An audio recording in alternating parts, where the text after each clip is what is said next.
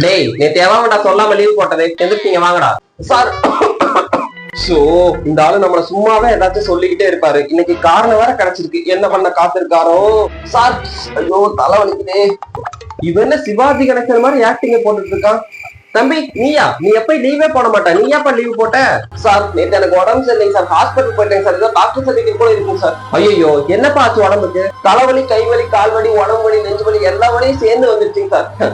என்னடா பஸ் ஸ்டாண்ட்ல நீலகிரி ஸ்டைல விக்கிறவங்க வசனத்தை அப்படியே மனப்பாடம் பண்ணிட்டு வந்து இங்க ஒப்பிச்சிட்டு இருக்க. நீ போய் உட்காருப்பா. போப்பா. ரொம்ப ரொம்ப thanks sir. Sir doctor certificate வேணாமாங்க சார்? ஓகே சார் சார் நான் போய் படிக்கிறேன் சார். டேய் உனக்கு என்னடா, நீ ஏன்டா லீவ் போட்ட? அது வந்து வீட்டுல விசேஷம் சார், அதனாலதான் சார் வர முடியல. விசேஷமா? உங்க வீட்டுல என்ன விசேஷம்? எங்க வீட்டுல இல்ல சார், பக்கத்து வீட்டுல.